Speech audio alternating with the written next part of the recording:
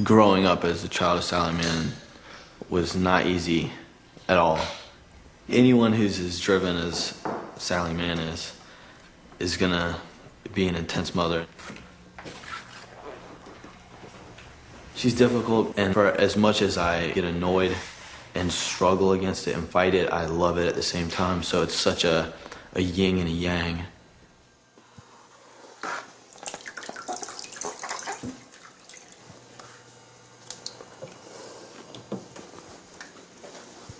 God, it does look like the Shroud of Turin or something.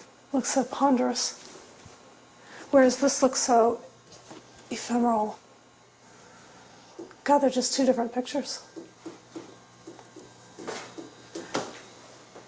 Some pictures just have to be a certain way, but this doesn't seem to cry out to be either light or dark. Which just makes my job harder, actually. Every time she looks at something, she's looking at it as an artist. It's so much of her energy. And so I think we lost, to some extent, a mother, but we gained a friend and an artistic accomplice and something entirely different. It's a tremendous effort that goes into it. Sally will have a pile of what I think are beautiful prints. And those are the rejects. And I'm singing, God.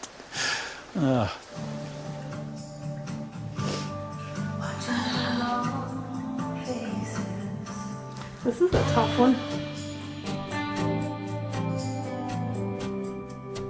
What I like about these dog bones is their ambiguity. It takes you a while to figure out what they are, or maybe you don't figure it out. And I love, if it doesn't have ambiguity, don't bother to take it. I mean, I love that aspect of photography, the mendacity of photography. It's got to have some kind of peculiarity in it, or it's not interesting to me. Do right. Just stay there. If I could be said to have any kind of aesthetic, it's sort of a magpie aesthetic. I just go around and I pick up whatever is around. It's very spontaneous. I see a dog bone, I bring it in, I take a picture, I like the picture I took. I thought, hey, that's a pretty good picture. So then I go collect all the other dog bones and I bring them in and I take a few more pictures. And then I put them on the wall, and then before long the gallery says, well, let's do a show of dog bones. So we do a show of dog bones, and then some cynical postmodern critic will come along and say, oh my God, look at the show of dog bones. What do you suppose it means? It's, oh.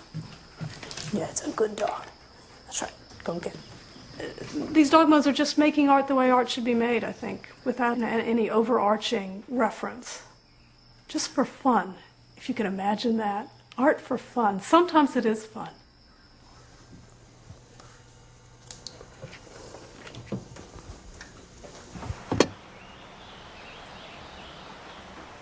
There's a lot of dispute about the proper way to hold this glass.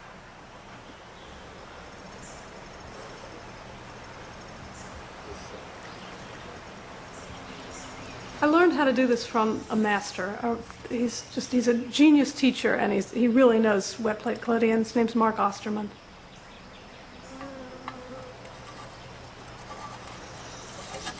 It's a sort of cranky process. It doesn't allow for much sloppy technique. It's hard to get these chemicals. They're all, controlled. Collodion and ether, and of course grain alcohol you can get, but you can't get it in Virginia. Then you take it to the silver nitrate. Ugh, there's a bug in here. And for reasons that escape me completely, the silver nitrate sticks to the collodion and ether and coats it. My plates are horribly flawed, but of course it's the flaws I like, so you pray. In your prayer, you pray, please don't let me screw it up, but just screw it up a little bit, just enough to make it interesting.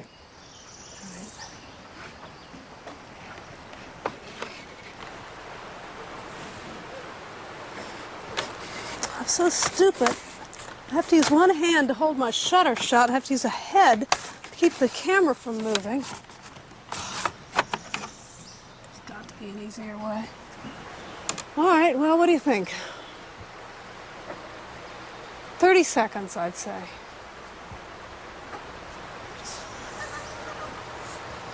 Actually, I'm surprised it took me this long to get to this process, because I was so immersed in that whole glass plate 19th century aesthetic.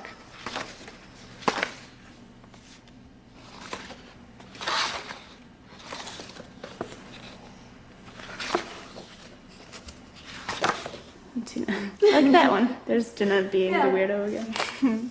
Oh, I know, the splitter. She's so normal looking now. No one would know that she was. She was just beautiful then. She was. I know, she was. She looked like someone that stepped out of the wrong century. Yeah. Great little model, though.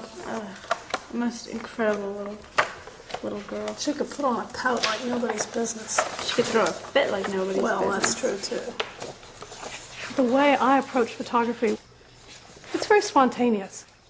The children were there, so I took pictures of my children. It's not that I'm interested in children that much or photographing them, it's just that they were there. She would call us her models, but usually it was just something where she would say freeze and we'd stop what we were doing. Sometimes she'd make some small alteration, but that was all.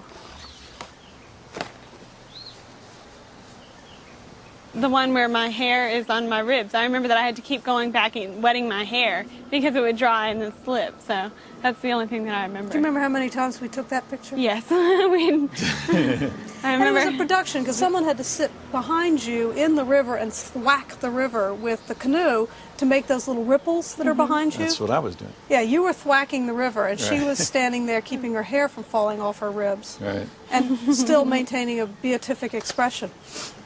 That was a really hard picture to take. I wanted those family pictures to look effortless. I wanted them to look like snapshots. There is something about the whole 8x10 business, the sort of reverence that goes along with it, that you have to pay your dues to the photo gods, I guess. You know, my mother's vision, she had an idea, it's almost like a dream, I think. She has like a dream picture, and she just gradually refines it until it's exactly what she's looking for. It took 5 separate trips out here and taking probably 15 to 20 pictures every single time. She was looking, every time she took a picture of me, I knew she was looking for that intensity that I feel like my sisters and I have, my mother has. It's just like this intensity, man intensity. I don't know what it is. It plagues me to this day. It was my father who gave me almost all my cameras, the first half dozen, I guess. He was an atheist who practiced compassionate medicine 60 hours a week. He was enough of a socialist to believe you shouldn't have to pay for it if you couldn't. But he was also an art collector. I mean, he bought Kandinsky in the 30s and Twombly in the 50s, and he was quite an unusual man, and hell to live up to. But then, of course, my mother, in all different kinds of poses here. You couldn't have two more disparate backgrounds. My mother with this, blue blood, New England, and my father sort of a renegade Texan. But I was the third child, 2 older brothers. And I sort of think by the time I came along, everyone was tired of raising children. It wasn't that they neglected me. It was a benign neglect, I guess. I know I never wore clothes. Every picture of me is naked. And they had 12 boxers, so I was always surrounded by a pack of dogs. And I just ran wild for the first 7 years of my life, and then went to school and didn't take to it too kindly. But I was eventually civilized. I guess that's a little how I raised my own kids. And a little why I was so nonplussed when people were surprised to see the pictures of my children without shirts and pants and running wild too. It seemed like a perfectly normal thing to do to me. I don't think I've ever seen this one before.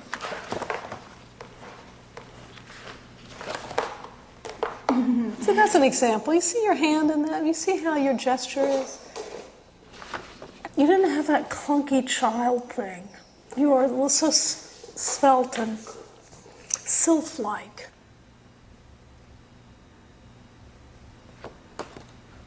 You know, everyone looks at these pictures and it's like, you must have had the most amazing childhood. You did. I was literally a water nymph until I was 12, I think. It wasn't magical at the time, but looking back on it, it's kind of like... But then, you know, she said that all the pictures started looking like fashion ads. So she had to do something else. I love the landscapes. I don't have any problem with them. I was ready to stop taking pictures. I was like, no more taking pictures. I argue that the landscapes are going to be the ones that she's going to be remembered for. In the end, that's going to be what's going to be the most lasting body of work. I don't think so. I think immediate family was actually. The pictures of us were actually. No, just playing. No, but... Because these have the most interesting subject matter. Well, certainly. But these have the better skill. It's funny because Mom's so... You have to leave, Mom. Just think they're talking about her. She's in the room.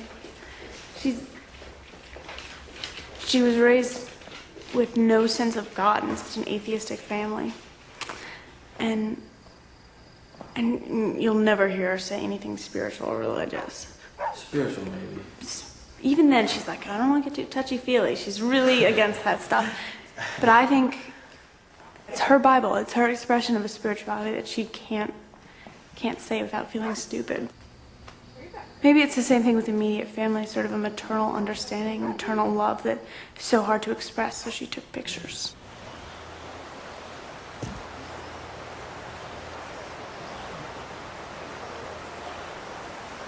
I know my mother loves the South. Like, there's something just incredible about places that don't have malls and have like a real sense of history. And I feel like, especially in the United States, like that is being destroyed so quickly.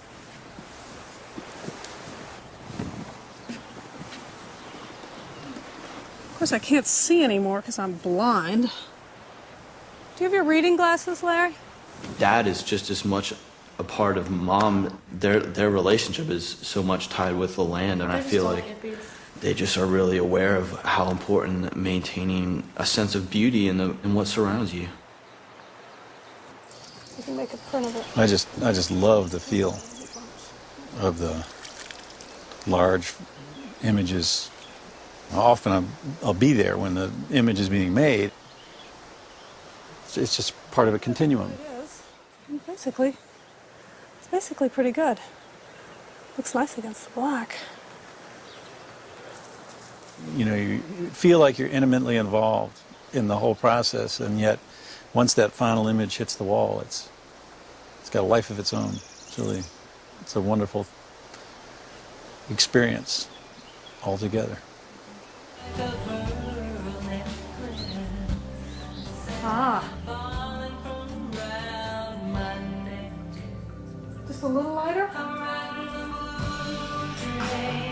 Over my